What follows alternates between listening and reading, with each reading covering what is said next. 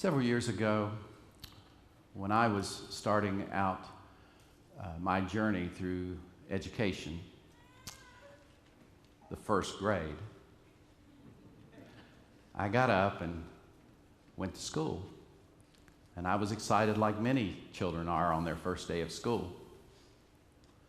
But after about 4 days in school, I decided that I didn't like school.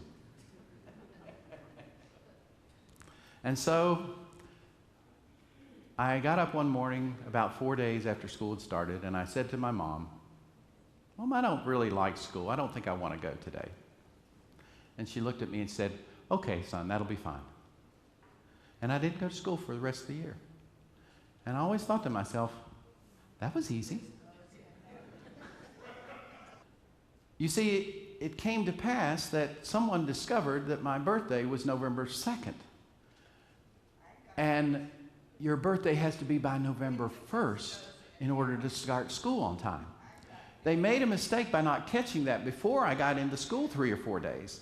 And they said, "We're sorry, Mr. and Miss Halloran, but the deadline is the deadline, and he'll have to wait till next year." And so I ended up staying out of school.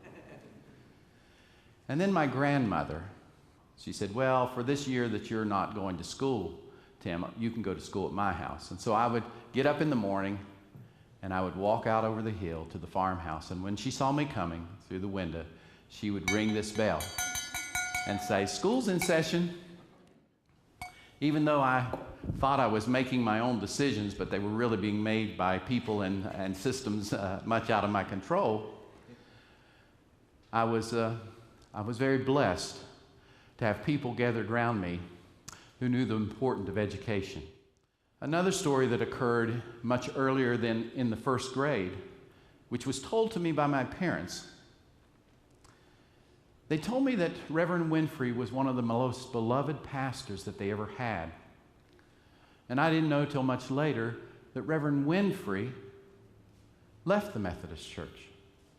And I said, why would a pastor who has experienced the call of God and is so wonderful in his congregation, why would he leave the Methodist Church?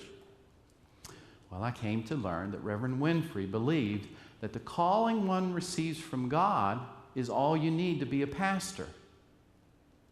But this is not the case in the United Methodist Church. In the United Methodist Church, it's not sufficient simply to have a calling to be a pastor.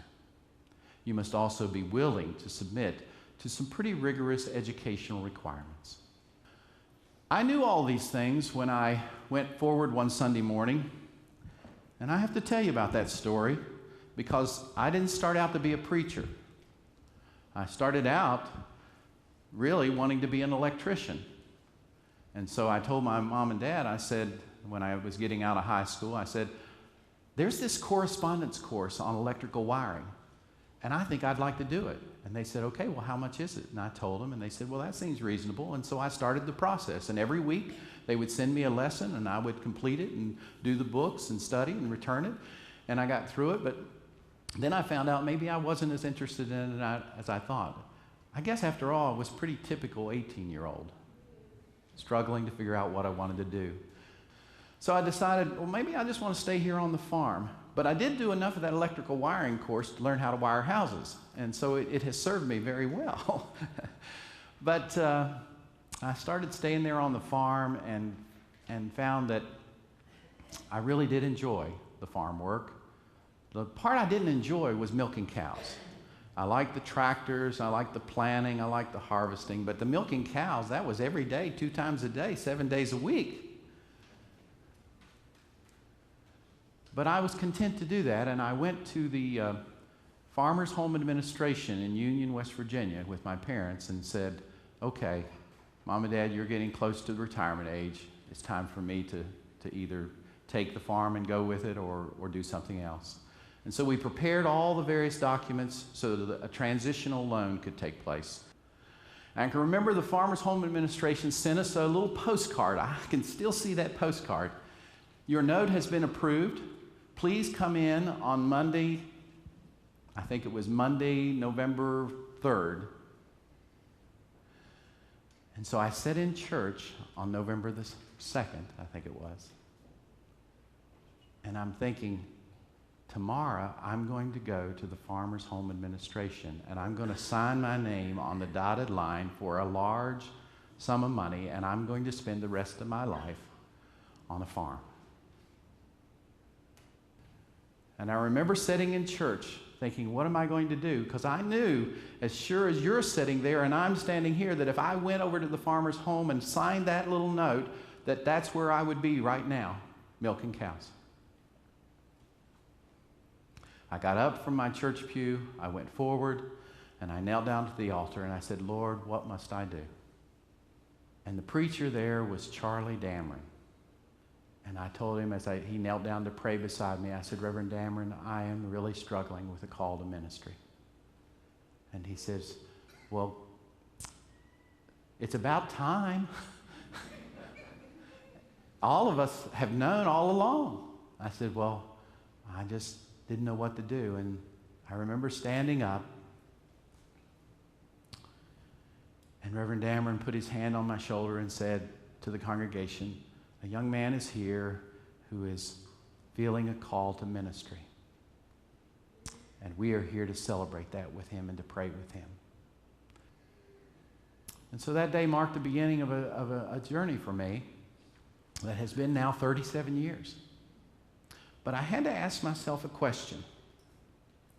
Like Reverend Winfrey, who left the Methodist Church because he did not want to submit to the rigorous educational requirements, the question I ask myself is, do you want to be a pastor in a church that requires tremendous amounts of education? And I thought to myself, the answer is no, I don't know if I do want to do that. Now that's what a 20-year-old would say. One morning I got up. It was my habit in the mornings when I got up before I went to the barn to open the Bible and just read some verse or verses. And so I flipped my Bible open randomly. And here's the verse I found. If an iron is blunt and one does not whet the edge, then more strength must be exerted, but wisdom helps one to succeed. I just randomly opened my Bible to that verse. And when I did, I knew that I should not resist the needed education as I went forward.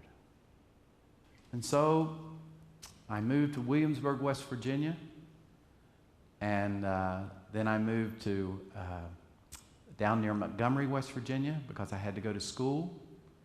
And I started my education at West Virginia Tech. I learned so much from so many ways, from the congregations I've served, from the professors I've learned under. And I can honestly say that this old iron right here has been blunt at times, and it needed to be sharpened.